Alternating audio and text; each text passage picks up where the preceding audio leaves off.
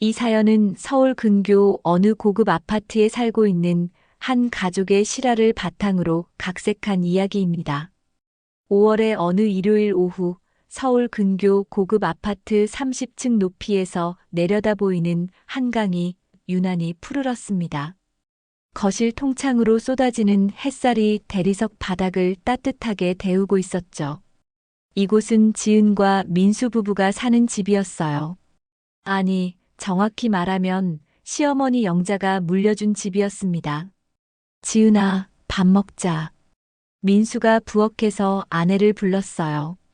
지은은 거실 소파에서 스마트폰을 보고 있다가 느릿느릿 일어났습니다. 31살의 지은은 결혼 3년 차였지만 아직 신혼의 여유로움이 남아 있었어요.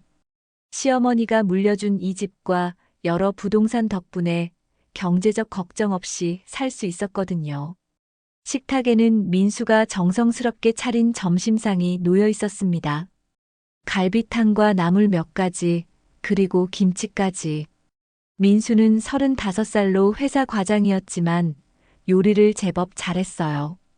어머니한테 인사드려야지. 민수가 스마트폰을 꺼내며 말했습니다. 화상 통화를 걸자 곧 영자의 얼굴이 화면에 나타났어요. 62살의 영자는 아직도 정정했고 특히 며느리에 대한 관심이 각별했습니다. 어머니, 안녕하세요. 지은이 화면을 향해 인사했어요. 겉으로는 예의 바른 며느리의 모습이었죠. 지은아, 밥은 잘 먹고 다니니? 요즘 너무 말랐던데. 네, 어머니. 잘 먹고 있어요? 그리고 집 청소는 제대로 하고 있고? 먼지 쌓이면 민수 기관지에 안 좋아. 특히 침실 환기는 매일 시켜야 해. 지은의 미간이 살짝 찌푸려졌지만 여전히 웃음을 유지했습니다. 네, 신경 쓰고 있어요. 아, 그리고 김치 냉고 정리는 했어? 지난번에 봤더니 김치가 너무 오래된 것 같던데. 김치는 맛있게 담가야 남편이 집밥 생각하는 거야. 지은의 손이 무의식적으로 젓가락을 꽉 쥐었어요. 하지만 목소리는 여전히 부드러웠죠. 네, 어머니. 알겠습니다. 통화가 끝난 후 식탁에는 미묘한 침묵이 흘렀습니다. 민수는 어머니와 아내 사이의 분위기를 눈치채고 있었지만 어떻게 해야 할지 몰랐어요. 어머니가 너무 신경 쓰시는 것 같지? 민수가 조심스럽게 말을 꺼냈습니다. 아니야, 괜찮아. 어머니니까 그러시는 거지. 지은은 쿨하게 대답했지만 속으로는 답답함이 치밀어 올랐어요. 결혼한 지 3년이 넘었는데도 영자는 여전히 지은을 어린아이 다루듯 했거든요. 청소하는 방법부터 음식 보관법까지 마치 지은이 아무것도 모르는 사람인 것처럼 일일이 간섭했습니다. 그래도 고마운 마음을 가져야지. 어머니가 없었다면 이런 집에서 살 수 있었겠어? 민수의 말에 지은은 고개를 끄덕였어요. 맞는 말이었거든요. 영자가 물려준 이 아파트와 몇 개의 상가 건물, 그리고 토지 덕분에 이들 부부는 경제적으로 여유로운 삶을 살고 있었습니다. 민수의 월급만으로는 이런 생활이 불가능했을 거예요. 하지만 지은의 마음 한구석에는 자꾸만 불편함이 쌓여갔습니다. 감사한 마음은 있지만 때로는 숨이 막힐 것 같았어요. 영자는 일주일에 3번 이상 전화를 걸어 지은의 생활을 체크했고 가끔은 예고 없이 집에 찾아와 냉장고를 뒤지기도 했거든요. 지은아, 우리 어머니가 좀 까다로우시긴 하지만 마음은 좋으신 분이야. 이해해줘. 민수가 지은의 손을 잡으며 말했어요. 지은은 남편의 손을 꼭 잡고 미소를 지었습니다. 하지만 그 미소 뒤에는 복잡한 감정들이 숨어 있었죠. 오후 늦게 또다시 영자에게서 전화가 왔어요. 지은아, 저녁은 뭘 해 먹을 거야? 아직 정하지 못했어요, 어머니. 그럼 된장찌개 끓여라. 민수가 된장찌개를 좋아하거든. 그런데 된장은 집에 있는 거 말고 백화점에서 파는 좋은 걸로 써야 해. 어디서 사는지 알려줄까? 지은은 핸드폰을 꽉 쥐고 있었어요. 된장찌개 하나 끓이는 것도 자기 마음대로 할 수 없다는 생각이 들었거든요. 네, 어머니. 알겠습니다. 통화를 끊은 지은은 한숨을 푹 내쉬었습니다. 이런 일상이 반복되는 것이 점점 힘들어졌어요. 고마운 마음은 있지만 때로는 자신의 삶이 아닌 것 같은 기분이 들었거든요. 영자의 관심과 배려였겠지만 지은에게는 점점 무거운 짐처럼 느껴졌습니다. 저녁을 준비하면서 지은은 생각했어요. 언제까지 이런 식으로 살아야 할까? 감사한 마음과 답답한 마음이 복잡하게 얽혀 있었습니다. 영자가 준 안정적인 삶이 있기에 가능한 여유였지만 동시에 그것이 지은을 올가매는 끈이 되고 있었어요. 그날 밤 지은은 잠들기 전까지 계속 그런 생각을 했습니다. 이 복잡한 감정들이 앞으로 어떤 결과를 가져올지는 전혀 예상하지 못한 채로요. 다음 주 금요일 저녁 지은은 오랜만에 대학 동기들과 만나기로 했습니다. 강남의 한 이탈리안 레스토랑에서 저녁을 먹고 근처 와인바로 자리를 옮겼어요. 수진, 미영, 혜진까지 4명이 모였는데 모두 결혼한 지 몇 년 된 동갑내기들이었습니다. 요즘 어때, 지은아? 신혼티가 아직도 나네. 수진이 와인 잔을 들며 웃었어요. 지은도 따라 웃으며 와인을 한 모금 마셨습니다. 그냥 그래. 평범하게 잘 살고 있어. 평범하긴, 넌 시어머니가 부자라며? 부럽다, 진짜. 미영이 부러운 듯 말했어요. 지은은 어깨를 으쓱하며 대답했습니다. 그게 마냥 좋은 건 아니야. 왜? 뭔 일 있어? 혜진이 관심 있는 표정으로 물었어요. 지은은 잠깐 망설이다가 입을 열었습니다. 너무 간섭이 심해. 진짜 하루에 몇 번씩 전화해서 이것저것 체크하거든. 와인이 조금씩 돌기 시작하자 지은의 말투도 편해졌어요.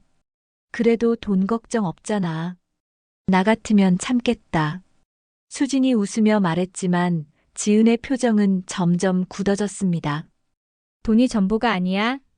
숨이 막혀 진짜. 뭘 해도 간섭하고 청소는 어떻게 알아. 음식은 뭘 해 먹으라. 심지어 속옷까지 어떤 걸 입으라고 하거든. 헐, 그 정도야? 미영이 놀란 표정을 지었어요. 지은은 와인을 한 잔 더 시키며 계속 말했습니다.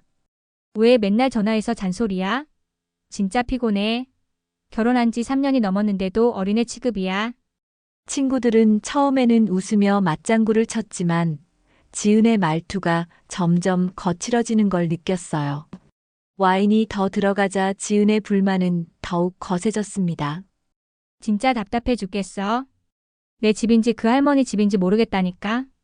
지은아, 목소리 좀 낮춰. 사람들이 쳐다봐.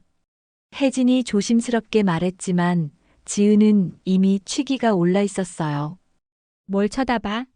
내가 잘못한 게 뭐야? 며느리라고 무조건 참아야 해? 지은의 목소리가 점점 커졌습니다. 주변 테이블에서도 시선을 보내기 시작했어요. 수진이 지은의 팔을 잡으며 진정시키려 했습니다. 지은아, 너무 많이 마신 것 같은데. 아니야. 나 멀쩡해.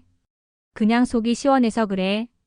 지은은 와인 잔을 비우며 계속 말을 이어갔어요.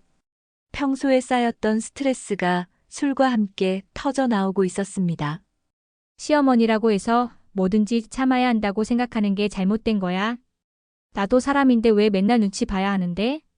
친구들은 지은의 이런 모습을 처음 봤어요. 평소에는 조용하고 차분한 성격이었거든요. 하지만 술이 들어가자 완전히 다른 사람이 된 것 같았습니다. 그래, 지은이 말이 맞아. 요즘 시어머니들이 너무 심해. 미영이 분위기를 맞춰주려 했지만 지은의 분노는 더욱 커졌어요. 내가 뭔가 잘못했나? 집안일도 다 하고 민수 뒷바라지도 다 하는데 왜 자꾸 트집을 잡는 거야? 지은의 말은 점점 격해졌고 다른 손님들도 힐끗힐끗 쳐다보기 시작했습니다. 수진이 계산을 하자고 제안했지만 지은은 아직 더 마시겠다며 완강했어요. 한 잔만 더. 오늘은 진짜 속 시원하게 얘기하고 싶어. 결국 친구들은 지은을 말리지 못했습니다. 와인 한 병을 더 시킨 지은은 더욱 격렬하게 불만을 쏟아냈어요. 평소에 참고 있던 모든 감정들이 알코올과 함께 폭발하고 있었습니다. 진짜 언제까지 이렇게 살아야 하는지 모르겠어. 감사하긴 하지만 이것도 한계가 있잖아. 지은의 목소리에는 진심 어린 답답함이 묻어났어요. 친구들도 지은의 상황을 이해하려 노력했지만 동시에 걱정도 되었습니다. 지은이 이렇게까지 스트레스를 받고 있는 줄 몰랐거든요. 그날 밤 지은은 평소보다 훨씬 많이 마셨어요. 시어머니에 대한 불만, 억눌린 감정들이 술과 함께 모두 쏟아져 나왔습니다. 친구들은 지은의 마음을 이해한다며 위로해 주었지만 동시에 조금은 과하다는 생각도 들었어요. 밤 11시가 넘어서야 모임이 끝났습니다. 지은은 취한 채로 택시에 올랐고 집으로 돌아가는 내내 창밖을 바라보며 복잡한 생각에 잠겼어요. 오늘 친구들에게 털어놓으면서 조금은 후련했지만 동시에 이런 식으로 하소연하는 자신이 초라하게 느껴지기도 했습니다. 집에 도착한 지은을 민수가 맞이했어요. 어떻게 이렇게 늦었어? 많이 마셨네. 응, 오랜만에 친구들이랑 실컷 떠들었어. 지은은 비틀거리며 침실로 향했습니다. 민수는 아내의 모습이 걱정되었지만 오랜만에 친구들과 즐거운 시간을 보낸 것 같아 다행이라고 생각했어요. 하지만 지은이 그날 밤 어떤 얘기를 했는지는 전혀 모르고 있었습니다. 지은은 잠들기 전까지 계속 돌아다니는 생각들 때문에 괴로웠어요. 오늘 친구들에게 한 말들이 조금은 과했나 싶기도 했지만 동시에 속이 후련하기도 했습니다. 하지만 이런 감정들이 앞으로 어떤 결과를 가져올지는 전혀 예상하지 못했어요. 그날 밤 와인바에서의 분위기는 더욱 무르익었습니다. 지은은 이미 상당량의 알코올이 몸에 돌고 있었지만 멈출 생각이 없었어요. 오히려 더 많은 것을 쏟아내고 싶었습니다. 너희들은 몰라. 진짜 답답해서 미치겠어. 지은의 목소리가 떨리기 시작했어요. 술이 더 들어가자 감정 조절이 안 되었습니다. 지은아, 진정해. 너무 흥분하지 마. 수진이 걱정스러운 표정으로 말했지만 지은은 이미 돌이킬 수 없는 지점을 넘어서고 있었어요. 진정하라고. 나만 참으면 되는 거야? 왜 나만 계속 참아야 해? 지은의 목소리가 점점 커졌습니다. 주변 테이블에서는 완전히 시선을 고정하고 있었어요. 미영이 조용히 하자고 손짓했지만 지은에게는 보이지 않았습니다. 그 할머니는 정말 지은이 말을 더듬더듬하더니 갑자기 폭발했어요. 씨발, 귀찮게 연락 좀 그만하세요. 와인바 안이 순간 조용해졌습니다. 모든 사람들이 지은을 쳐다봤어요. 친구들은 깜짝 놀라 서로를 바라봤습니다. 지은이 욕을 하는 걸 처음 봤거든요. 지은아. 혜진이 급하게 지은의 팔을 잡았지만 지은은 멈추지 않았어요. 왜요? 내가 뭘 잘못했어요? 하루 종일 전화해서 이것저것 간섭하고. 지은의 목소리는 이제 완전히 통제를 벗어났습니다. 술에 취한 채로 평소에 절대 하지 않을 말들을 쏟아내고 있었어요. 진짜 지겨워 죽겠어요. 뭘 해도 트집이고 뭘 말해도 잔소리고. 사람들이 웅성거리기 시작했어요. 어떤 테이블에서는 스마트폰으로 촬영하는 것 같기도 했습니다. 수진이 급하게 일어서서 계산하겠다고 말했어요. 지은아, 이제 집에 가자. 너무 많이 마셨어. 하지만 지은은 아직 끝나지 않았다는 듯이 계속 말을 이어갔습니다. 내가 그 집 며느리라고 해서 무조건 고개 숙이고 살아야 해요? 그런 거예요? 지은의 눈에는 눈물이 고여 있었어요. 분노와 억울함, 그리고 술이 뒤섞여 감정이 폭발하고 있었습니다. 며느리도 사람이에요. 왜 자꾸 어린애 취급해요? 혜진이 지은의 어깨를 감싸며 일으키려 했지만 지은은 자리에서 일어나지 않았어요. 나 줘. 나 아직 할 말 더 있어. 그때 미영이 몰래 스마트폰을 꺼내 지은의 모습을 녹음하기 시작했어요. 처음에는 기록용이라고 생각했는데 지은의 말이 너무 충격적이어서 무의식적으로 녹음 버튼을 눌렀습니다. 정말 죄송하다고 해야 할까요? 집도 주고 돈도 주셨으니까 평생 고개 숙이고 살라는 거예요? 지은의 목소리가 더욱 격해졌어요. 다른 손님들은 이제 대놓고 쳐다보고 있었습니다. 감사한 건 맞지만 그렇다고 해서 내 인격까지 무시하라는 건 아니잖아요. 수진이 급하게 지은의 가방을 챙기며 일어서라고 재촉했어요. 지은아, 제발 일어나. 사람들이 다 쳐다봐. 쳐다보면 어때요? 내가 뭘 잘못했는데. 지은은 완전히 이성을 잃은 상태였어요. 평소에 참고 있던 모든 감정들이 술과 함께 분출되고 있었습니다. 시발, 진짜 지겨워요. 언제까지 이런 식으로 살아야 해요? 미영의 핸드폰에는 지은의 격한 모습이 고스란히 녹음되고 있었어요. 미영 자신도 당황해서 녹음을 중단해야 한다는 생각을 못하고 있었습니다. 결국 친구들이 억지로 지은을 일으켜 세워 밖으로 나왔어요. 지은은 비틀거리며 계속 중얼거렸습니다. 내가 뭘 잘못했는지 정말 모르겠어. 왜 나만 참아야 해?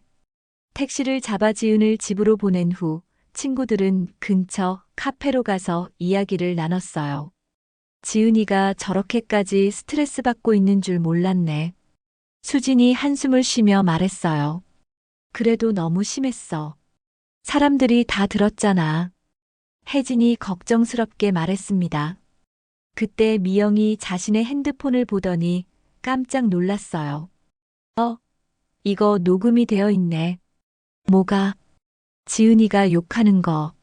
무의식적으로 녹음 버튼을 눌렀나 봐. 친구들은 서로를 바라봤어요.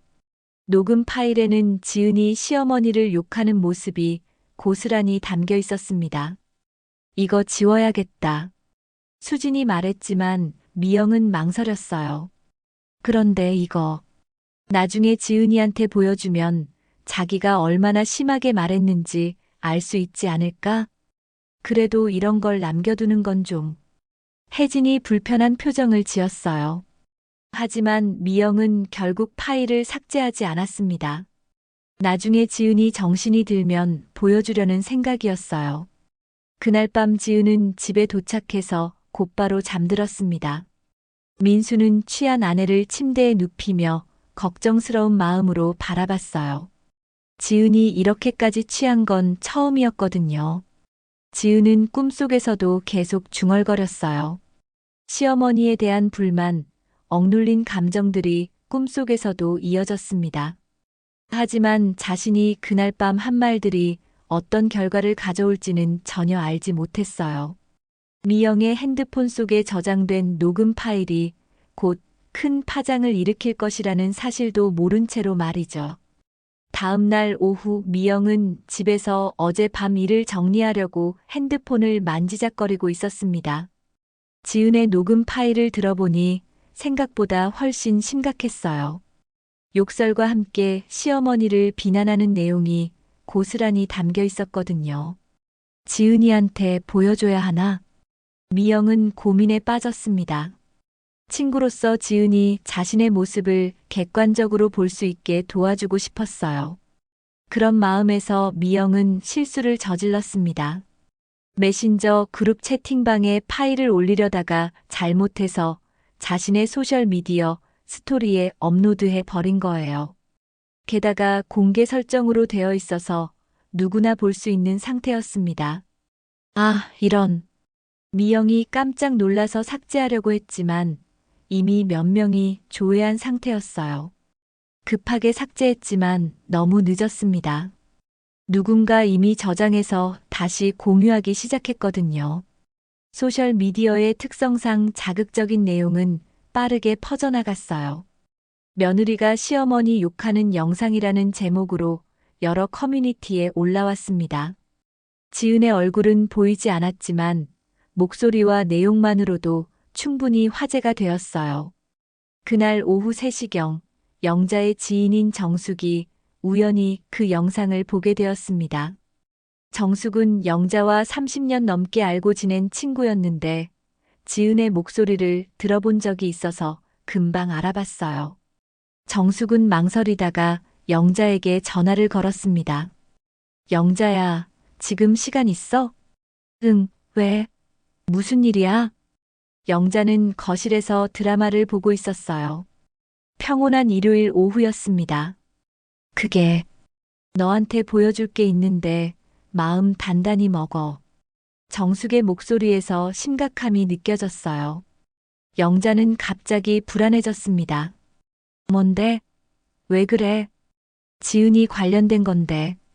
직접 들어봐. 정숙이 영상을 영자에게 전송했어요. 영자는 떨리는 손으로 재생 버튼을 눌렀습니다. 씨발, 귀찮게 연락 좀 그만하세요. 지은의 목소리가 핸드폰에서 흘러나왔어요. 영자의 얼굴이 순간 굳어졌습니다. 왜요? 내가 뭘 잘못했어요? 하루 종일 전화해서 이것저것 간섭하고. 영자는 핸드폰을 꽉 쥐고 있었어요. 자신이 사랑으로 베푼 관심이 지은에게는 간섭으로 받아들여지고 있었다니까요.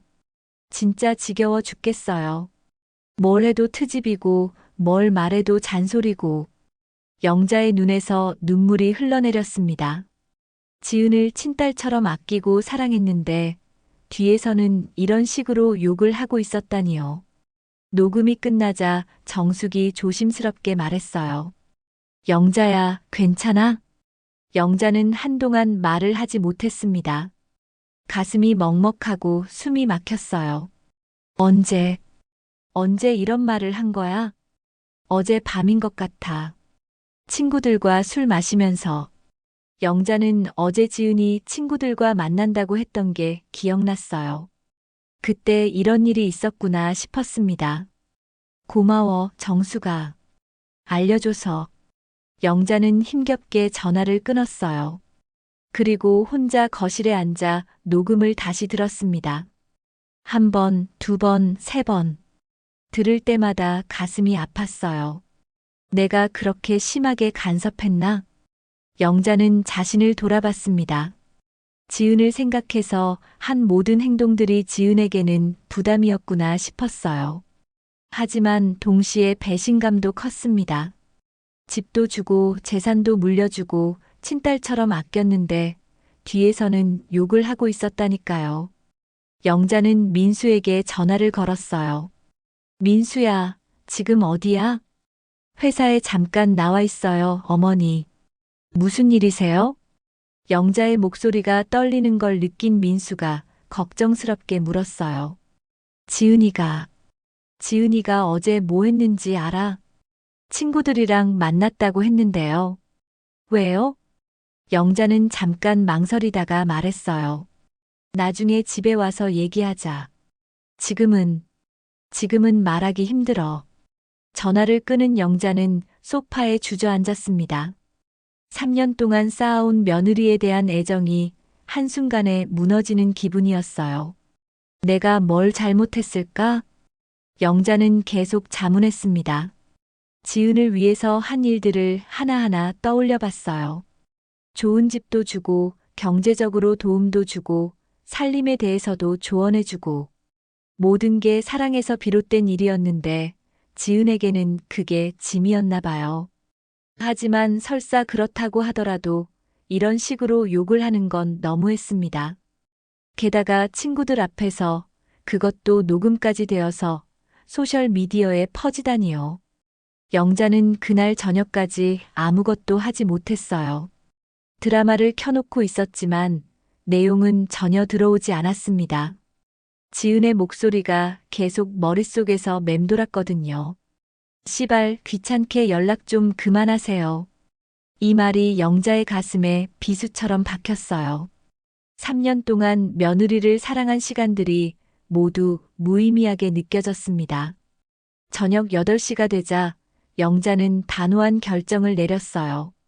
이런 며느리에게 더 이상 재산을 맡겨둘 수는 없다고 생각했습니다. 지은의 진심을 알았으니 이제 영자도 자신의 진심을 보여줄 때였어요. 영자는 서랍에서 변호사 명함을 꺼냈습니다. 내일 당장 연락해서 재산 회수 절차를 알아보기로 했어요. 며느리로서의 자격을 잃은 지은에게 더 이상 자신의 재산을 맡겨둘 수는 없었거든요. 그날 밤 영자는 잠을 이루지 못했습니다.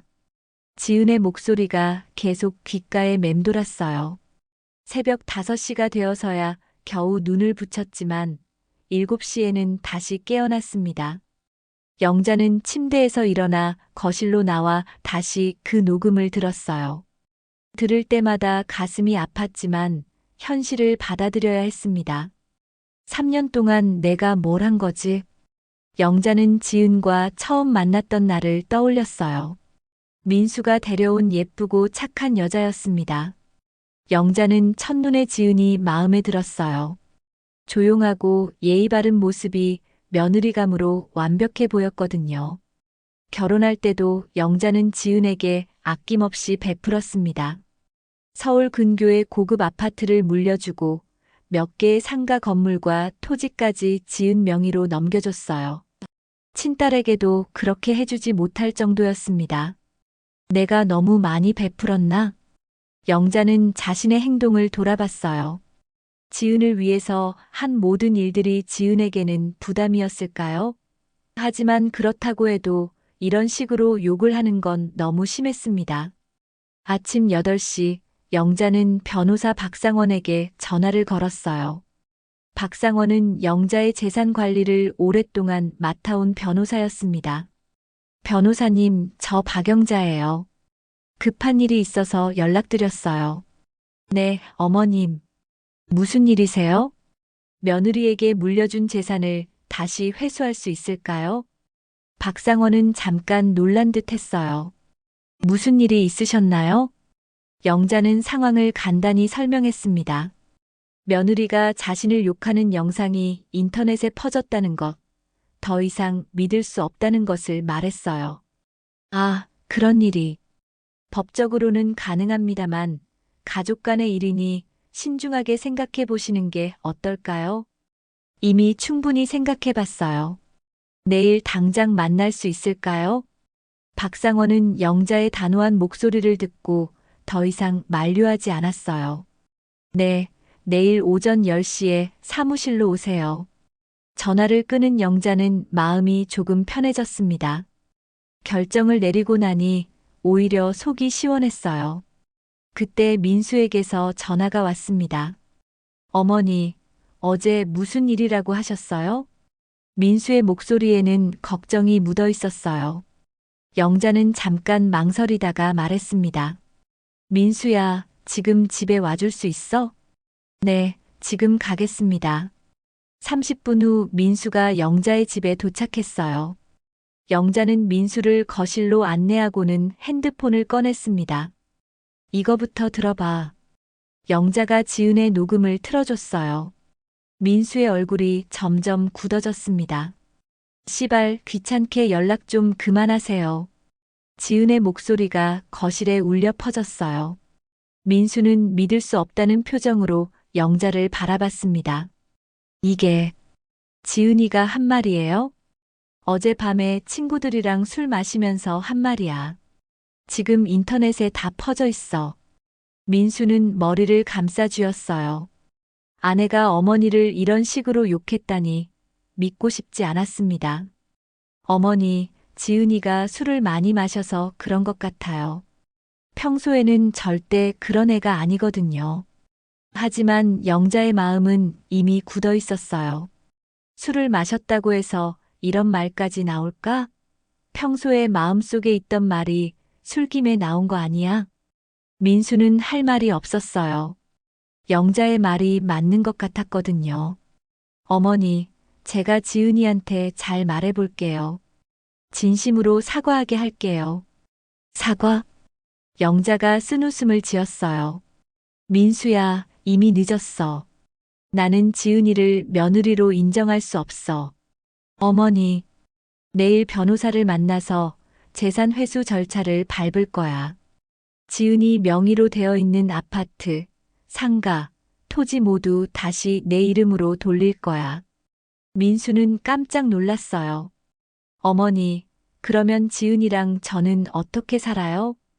그건 너희들이 알아서 해. 나는 더 이상 그런 며느리를 도와줄 수 없어. 영자의 목소리는 단호했습니다. 3년 동안 쌓인 애정이 하루아침에 무너진 것은 아니었지만 배신감이 더 컸어요. 그리고 그 재산들은 자선단체에 기부할 거야. 지역의 어려운 아이들을 위해서 쓰이는 게 낫겠어. 민수는 어머니를 설득해 보려 했지만 영자는 이미 마음을 정한 상태였어요. 어머니, 한 번만 더 기회를 주세요. 지은이가 정말 반성하고 있어요. 반성? 아직도 지은이가 이 일을 모르고 있지 않아? 반성은 무슨? 영자의 말에 민수는 할 말을 잃었어요. 지은이 아직 이 일을 모르고 있다는 게 맞았거든요. 민수야, 집에 가서 지은이한테 이 얘기해줘. 그리고 내 결정도 전해줘. 민수는 무거운 마음으로 집으로 돌아갔어요. 어떻게 지은에게 이 상황을 설명해야 할지 막막했습니다. 영자는 민수가 떠난 후 혼자 앉아 있었어요. 가슴이 아팠지만 돌이킬 수는 없었습니다. 지은의 진심을 알았으니 이제 영자도 자신의 진심을 보여줄 때였어요.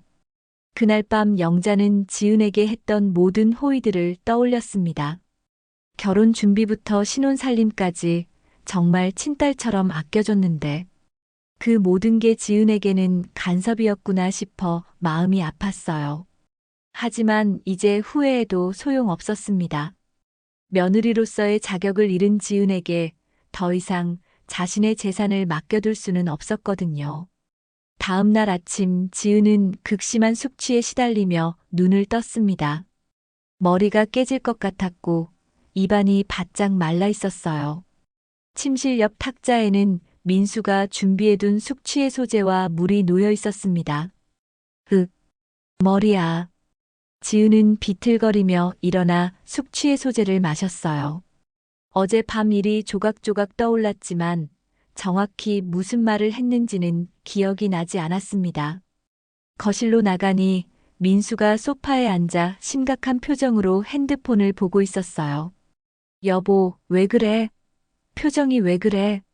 지은이 다가가자 민수가 고개를 들었어요. 민수의 눈에는 걱정과 당황이 섞여 있었습니다. 지은아, 어제 친구들이랑 뭐 했어? 그냥 술 마시고 얘기했지. 왜? 지은은 아직 상황을 파악하지 못하고 있었어요. 민수는 핸드폰 화면을 지은에게 보여줬습니다. 이거 너야? 화면에는 어떤 커뮤니티 게시글이 떠 있었어요. 제목은 며느리가 시어머니 욕하는 충격적인 영상이었습니다. 지은은 제목을 보고 순간 머리가 하얘졌어요. 이게 뭐야? 들어봐. 민수가 재생 버튼을 눌렀어요. 곧 지은의 목소리가 흘러나왔습니다. 씨발, 귀찮게 연락 좀 그만하세요. 지은의 얼굴이 창백해졌어요. 자신이 어젯밤에 한 말이 고스란히 녹음되어 있었습니다. 진짜 지겨워 죽겠어요. 뭘 해도 트집이고 뭘 말해도 잔소리고. 녹음이 계속 재생되자 지은은 급하게 민수의 핸드폰을 빼서 정지시켰어요. 이게 어떻게 된 거야? 누가 이걸 올린 거야? 그건 나도 몰라. 하지만 지금 여러 커뮤니티에 퍼져 있어. 지은은 자신의 핸드폰을 급하게 확인했어요. 메신저에는 친구들의 연락이 쌓여 있었습니다. 수진, 지은아, 큰일 났어. 미영이가 실수로 올렸나 봐. 혜진, 지은아, 괜찮아? 연락 좀 해줘. 미영, 지은아, 미안해. 내가 실수했어. 정말 미안해. 지은은 상황을 파악했어요. 미영이 실수로 녹음을 소셜미디어에 올렸고 그게 퍼진 거였습니다. 어떻게 이런 일이? 지은은 주저앉았어요. 어젯밤 술김에 한 말들이 이렇게 큰 문제가 될 줄은 꿈에도 생각하지 못했습니다. 지은아, 어머니가 이거 아실까? 민수의 말에 지은은 더욱 당황했어요. 영자가 이 영상을 본다면 어떻게 될까요? 어머니는 인터넷 잘 안 하시잖아. 모르실 거야. 하지만 지은의 희망은 곧 무너졌어요. 민수의 핸드폰이 울렸거든요. 화면에는 어머니라고 표시되어 있었습니다.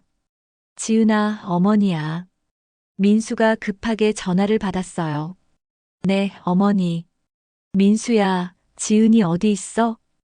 영자의 목소리가 차갑게 들렸어요. 평소와는 완전히 다른 어조였습니다. 집에 있어요. 왜요? 지은이 바꿔줘. 민수가 지은을 바라봤어요. 지은은 떨리는 손으로 핸드폰을 받았습니다.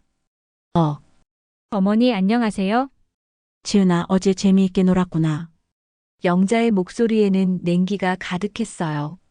지은은 바로 눈치챘습니다. 영자가 그 영상을 봤다는 걸요. 어머니, 그게 말 끝까지 들어봤어. 내가 그렇게 귀찮게 굴었구나. 지은의 목소리가 떨렸어요. 어머니, 제가 술을 너무 많이 마셔서 평소 생각이 아니에요. 평소 생각이 아니라고? 그럼 평소에는 어떤 생각을 하고 있었는데? 영자의 질문에 지은은 대답할 수 없었어요. 어머니, 정말 죄송해요. 제가 잘못했어요. 미안하다고? 지은아, 미안하다는 말로 다 해결되는 줄 알아? 영자의 목소리가 더욱 차가워졌어요. 3년 동안 너를 위해서 한 모든 일들이 다 간섭이었구나. 그리고 귀찮은 일이었고. 아니에요, 어머니. 정말 그런 뜻이 아니었어요. 하지만 영자는 지은의 말을 더 이상 듣지 않았어요. 지은아, 나는 너를 더 이상 며느리로 인정할 수 없어.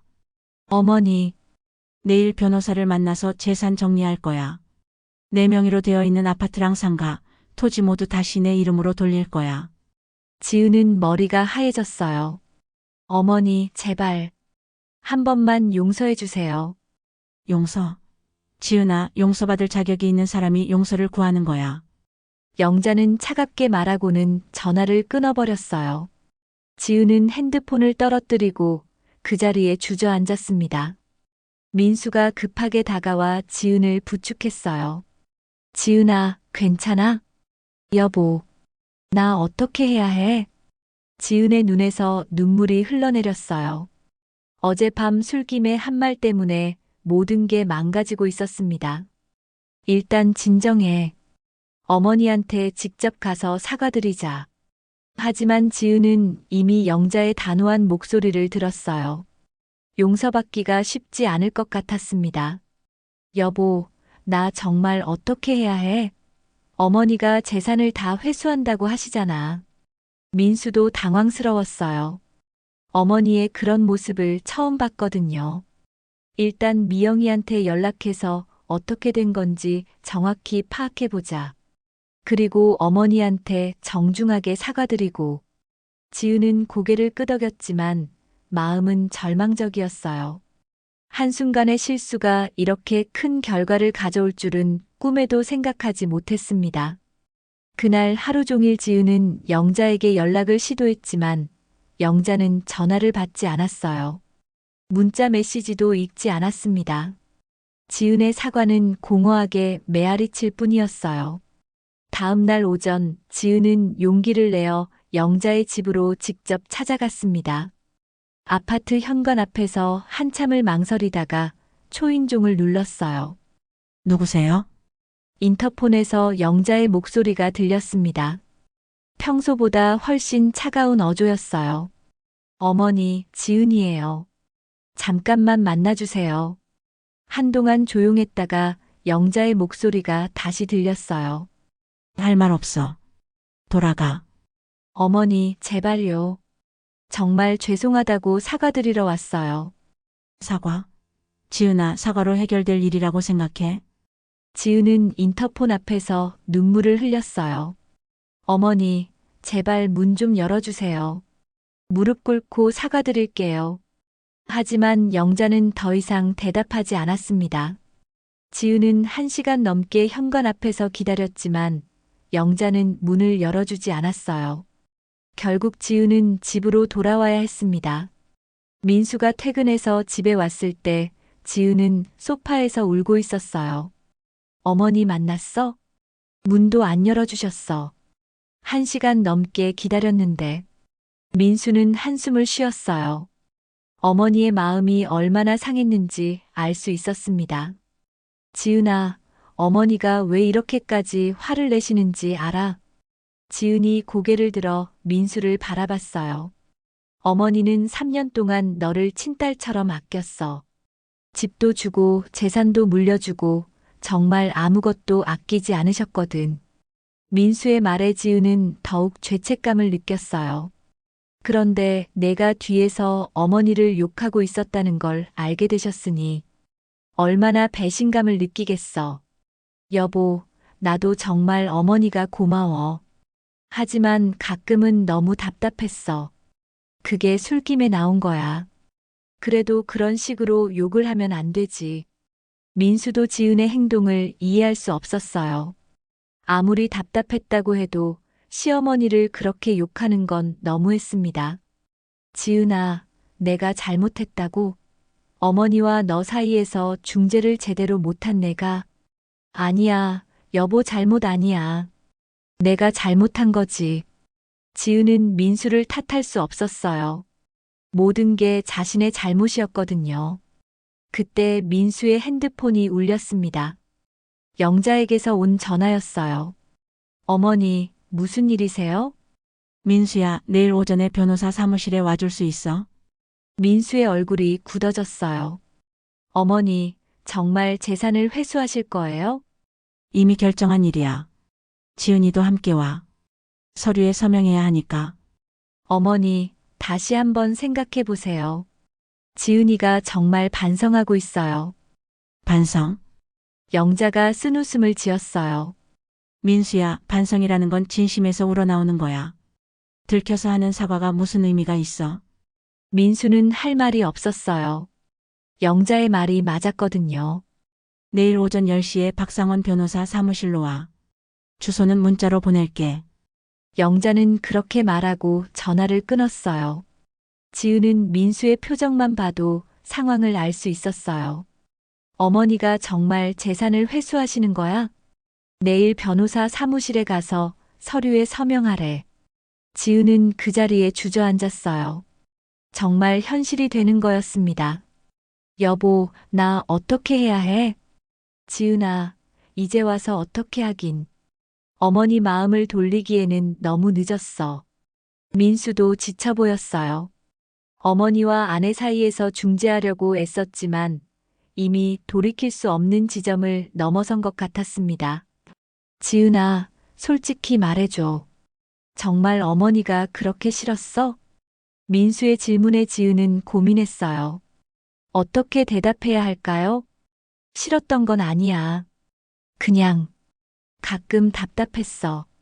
뭘 해도 간섭하시고 뭘 말해도 잔소리하시고 그래도 그런 식으로 욕을 하면 안 되지. 지은은 고개를 숙였어요. 민수의 말이 맞았습니다. 여보, 나 정말 후회해. 왜 그때 술을 그렇게 많이 마셨을까? 하지만 이제 후회해도 늦었어요. 이미 일은 벌어졌고 영자의 마음은 돌이킬 수 없을 만큼 상해 있었습니다. 그날 밤 지은은 잠을 이루지 못했어요. 내일이면 모든 게 끝날 것 같았습니다.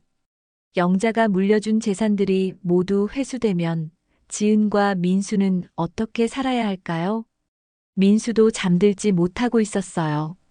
어머니의 결정을 이해하면서도 동시에 아내가 걱정되었습니다. 이 모든 일이 지은에게는 너무 큰 충격일 거예요. 여보, 내가 어머니한테 한 번 더 부탁해 볼까?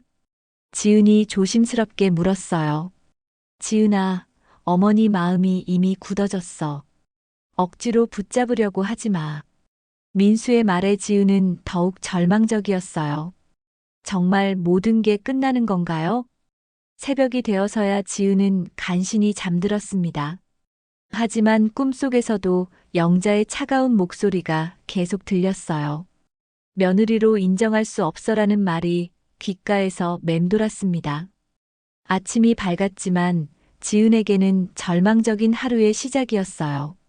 몇 시간 후면 모든 재산을 잃게 될 것이고 영자와의 관계도 완전히 끝날 것 같았습니다. 지은은 마지막으로 영자에게 진심을 전해보고 싶었어요. 하지만 과연 영자가 자신의 진심을 받아줄까요? 다음 날 오전 9시 30분, 지은과 민수는 박상원 변호사 사무실 앞에 도착했습니다. 지은은 밤새 울어서 눈이 퉁퉁 부어 있었어요. 민수도 피곤한 기색이 역력했습니다. 지은아, 들어가기 전에 마음 정리 좀 해. 어머니 앞에서 또 감정적으로 나오면 안 돼. 알겠어, 여보. 지은의 목소리는 이미 체념이 섞여 있었어요. 어떤 말을 해도 영자의 마음이 바뀌지 않을 것 같았거든요. 사무실 안으로 들어가니 영자가 이미 와 있었습니다. 평소보다 훨씬 차가운 표정이었어요. 박상원 변호사가 일어나서 지은과 민수를 맞이했습니다. 안녕하세요. 앉으세요. 어색한 침묵이 흘렀어요. 영자는 지은을 쳐다보지도 않았습니다. 어머니. 지은이 조심스럽게 말을 꺼내려고 했지만 영자가 손을 들어 제지했어요. 변호사님 절차 진행해 주세요. 박상원 변호사가 서류를 꺼내며 설명을 시작했어요. 지은 씨 명의로 되어 있는 서울 근교 아파트와 강남 상가 2곳, 그리고 경기도 토지 3필지를 모두 영자 어머님 명의로 다시 이전하는 절차입니다. 지은은 서류를 보며 현실감이 없었어요.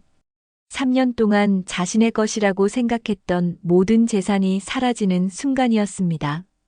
총 시간은 약 15억 원 정도 됩니다. 박상원 변호사의 말에 민수가 깜짝 놀랐어요. 그 정도 큰 돈인 줄 몰랐거든요. 어머니, 정말 이렇게 하실 거예요? 민수가 마지막으로 애원해봤지만 영자는 흔들리지 않았어요. 이미 결정한 일이야. 그리고 이 재산들은 모두 지역 아동복지재단에 기부할 거야. 어머니. 지은이 갑자기 일어나서 영자 앞에 무릎을 꿇었어요. 어머니, 제발 용서해 주세요. 제가 정말 잘못했어요. 하지만 영자는 지은을 내려다보며 차갑게 말했어요. 지은아, 일어서. 이제 와서 무릎 꿇는다고 해서 달라지는 건 없어. 어머니, 저 정말 반성하고 있어요. 앞으로는 절대 그런 일 없을 거예요. 지은의 눈에서 눈물이 흘러내렸지만 영자의 마음은 돌리기 어려웠어요. 지은아, 내가 한 말 기억해. 시발 귀찮게 연락 좀 그만하세요라고 했잖아. 영자가 지은의 말을 그대로 따라하자 지은은 더욱 부끄러웠어요. 그게 내 진심이었잖아. 3년 동안 내가 베푼 모든 게 너에게는 귀찮은 일이었던 거야. 아니에요, 어머니. 제가 술을 너무 많이 마셔서. 술 때문이라고? 지은아, 술이 내 마음속에 없던 말을 만들어내는 줄 알아? 영자의 말에 지은은 할 말이 없었어요. 정말 그때 한 말들이 자신의 진심이었거든요. 박상원 변호사가 조심스럽게 개입했어요. 어머님들, 가족 간의 일이니 다시 한번 생각해 보시는 게 어떨까요? 하지만 영자는 단호했습니다. 변호사님, 절차 진행해 주세요. 더 이상 시간 낭비하고 싶지 않아요.